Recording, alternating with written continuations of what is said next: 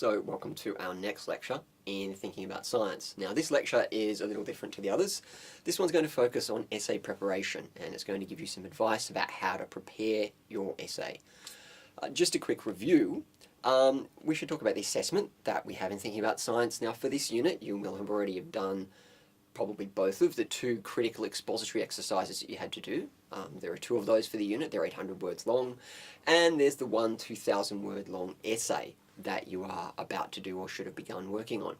At the end of this unit there'll be a 2-hour exam. It'll have 12 questions in total, 3 from each of the 4 areas that are covered, or 4 parts of the unit, and there'll be 6 of those questions will need to be answered or completed for you to complete the exam.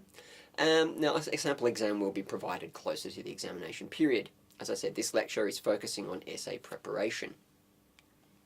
So, first of all, you need to read an essay question properly. This will often tell you most of what you need to do in order to actually complete the essay as a task. So think about the essay question as a kind of a task, and you should ask yourself what the question is asking you to do. Identify exactly what answering the question involves. Now, to do this, you should ask yourself a series of further questions that can identify subtasks that need to be completed in order to complete the primary task of answering the essay question. So some of the questions you can ask to identify subtasks will be, what do I need to research to provide information about when creating my answer? And another would be, what do I need to do with the information I have? Do I need to do an analysis? Am I supposed to make a comparison? Am I supposed to list a series of criticisms or objections?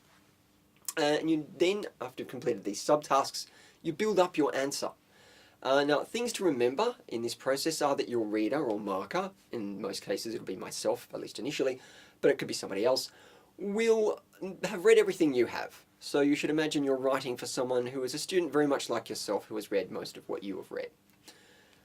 We can give a diagrammatic representation of what essay construction involves. As I said, you have your essay question, which is the main task that you need to complete, the series of subtasks that I was just talking about, and you break the question down into the series of subtasks, complete the series of subtasks, and then you build your essay back up by drawing together your results of completing the subtasks into your built-up response or your answer, in this case your essay. Now, before you can begin writing, you obviously have to begin researching your essay. And there are a bunch of things you should keep in mind when doing research for your essay. So the first thing to do, even before you sort of start, is to list the kinds of things that you need to know, or the subtasks that you'll need to complete. This is a very good idea in philosophy because much of the time, many of the concepts in philosophy are linked, and debates about particular areas can be linked to debates about other areas. As an example, the lectures in this unit each discuss different topics, and there are crisscrossing interrelationships between them. So propositions are mentioned in some of the lectures, and they're actually discussed and defined and talked about in one of the others. A lot of philosophy is like this, so you need to sketch out where you're going to begin your research from. So it's a good idea to sketch an intuitive response to the question, a kind of a synopsis, and this will kind of tell you what you need to know to answer it. Now, the first place to start with your research is obviously the study guide and the prescribed texts for this unit. Just about everything you really need should be in those prescribed texts and the study guide. Of course, you may want to go beyond them, but in the first place, make sure you're thoroughly acquainted with that material. Now, while you're reading it, by all means make notes. It often helps, and it'll often help to structure your thinking. That's very much the case with myself. When I'm researching a topic, I write notes as I go along to kind of build up a structure. Now, if need be, you might want to do some further research. If you do that, you should use reliable sources though. Now in the first place, there should be links provided on the Moodle page for this unit, and I'd consult those in the first instance, particularly with regard to the second part of the unit on the philosophical studies. There are links to the Stanford Encyclopedia of Philosophy, which is one of the more reliable sources out there, and it's an excellent resource. The entries are quite long, so you will have to be prepared to get a large mug of coffee when you sit down to read them, or tea, or whatever it is you drink, but they are most definitely well worth consulting. You can find shorter, but just as informative entries on the Internet Encyclopedia of Philosophy, and again, I would recommend that as another site to look for. Be aware and avoid unreliable sources. There are lots of them out there. The internet is a dangerous place.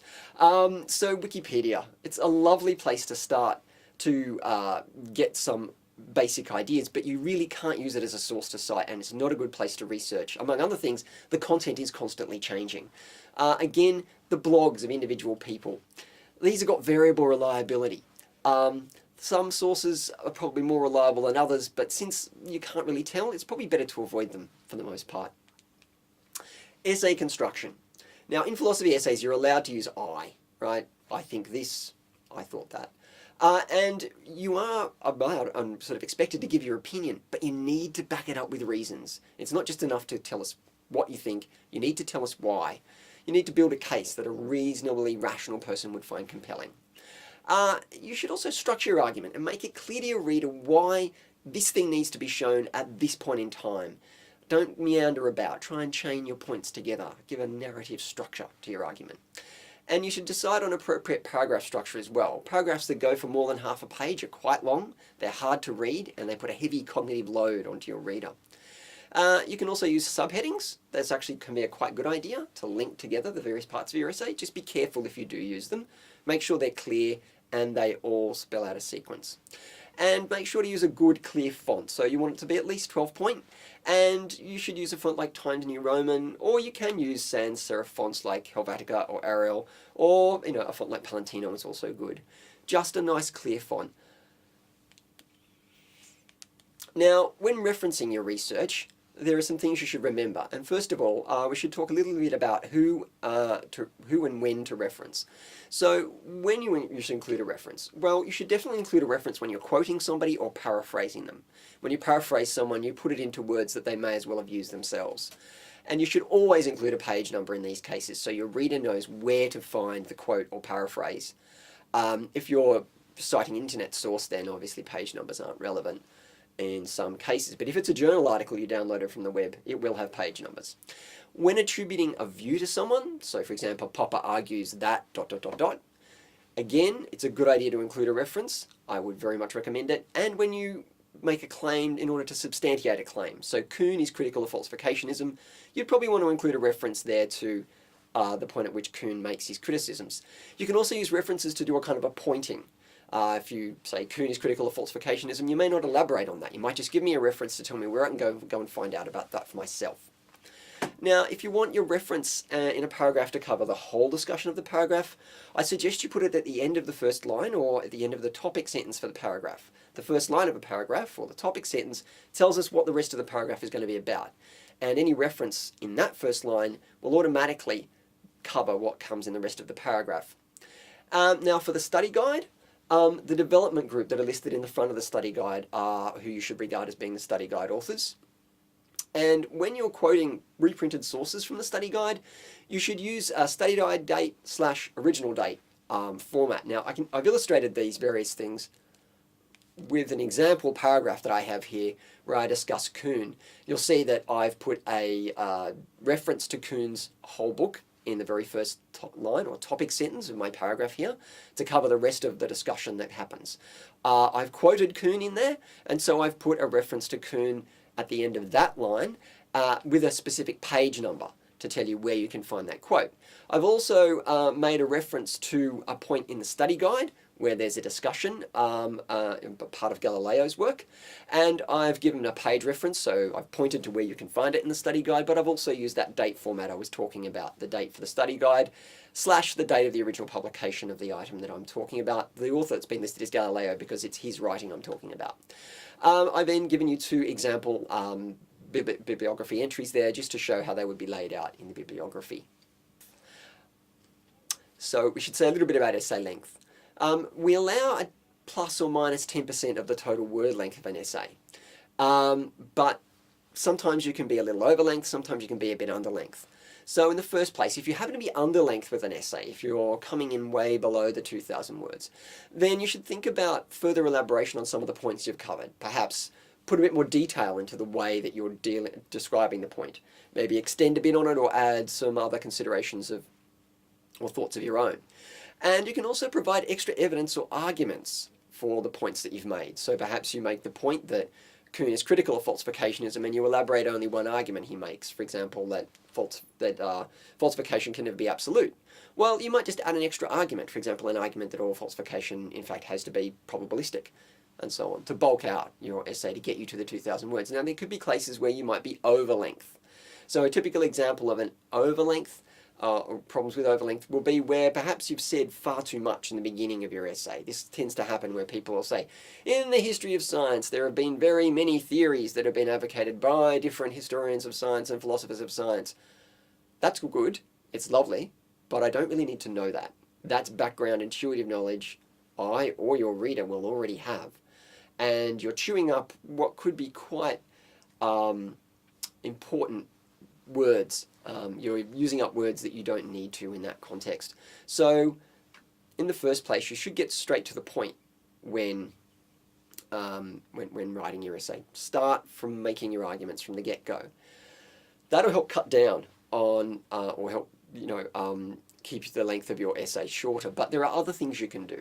You can remove unnecessary words or padding. So it's a bit like what I was just talking about. You don't need a big, extensive introduction that tells me everything about the history of science that there ever was. You can also compress repetitions or redundancies. So I just exhibited verbally a redundancy or a repetition there when I discussed the one point about padding twice. You could have removed part of what I said there and still gotten most of my meaning. You can use progressive verbs, which I'll have an example of that in a moment. But using progressive verbs is generally to use verbs with an ing ending. The use of these tends to shorten reduce the amount of words that you need to express the same point. It also tends to give your writing a certain kind of pace, and it carries your reader along at a nice speed. So this can make it easier for you to keep your reader engaged, which is also a very important thing when writing. And you can make creative use of punctuation. For example, when inserting clauses into longer sentences, or indeed when you want to indicate that you're going to give a list, for example, of things. So I have an example here. We have two paragraphs, an original paragraph and then a new version where I've used various of the techniques I was just talking about, and I've highlighted the progressive verbs to make them obvious. So the original version we have, insofar as Kuhn provided an argument that showed Popper's absolute standard of falsification to be an implausible requirement. Because it was too stringent, he opened the way for an argument that falsification would need to be probabilistic, and so that it is not that different from verification. That's a mouthful. It's a long, wordy sentence. It is very clear, it's very explicit, but it does use a lot of words, and it's probably a little bit clunky. It's also, to my mind, rather convoluted. It's just difficult to follow. There's a lot of cognitive load involved. So we can improve what this sentence says, keep almost all of the meaning, in fact I would say all of the meaning, by using some of the techniques that I was talking about in the last slide. So the new version is, in arguing for the implausibility of Popper's too stringent absolute standard of falsification, Kuhn is opening the way to arguing falsification must be, like verification, probabilistic. Here I've done the following things. First of all, you can see the highlighted progressive verbs I've used there. The ing being added on means that I can shorten the amount of words I've got to use, but it also keeps a certain amount of pace going, right? We've got a nice flow to our sentence.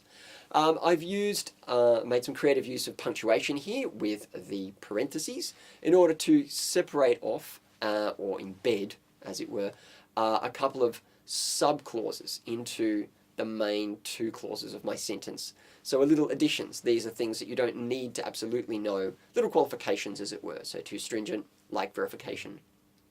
And I've also rearranged some of the words and reworded the sentence slightly so that the way that things get discussed means the sentence can be compressed down a little bit as well. So that's all for today. Make sure that you review this set of slides a couple of times, I would think, and good luck with your essay. Be in touch if you need any help. Thank you.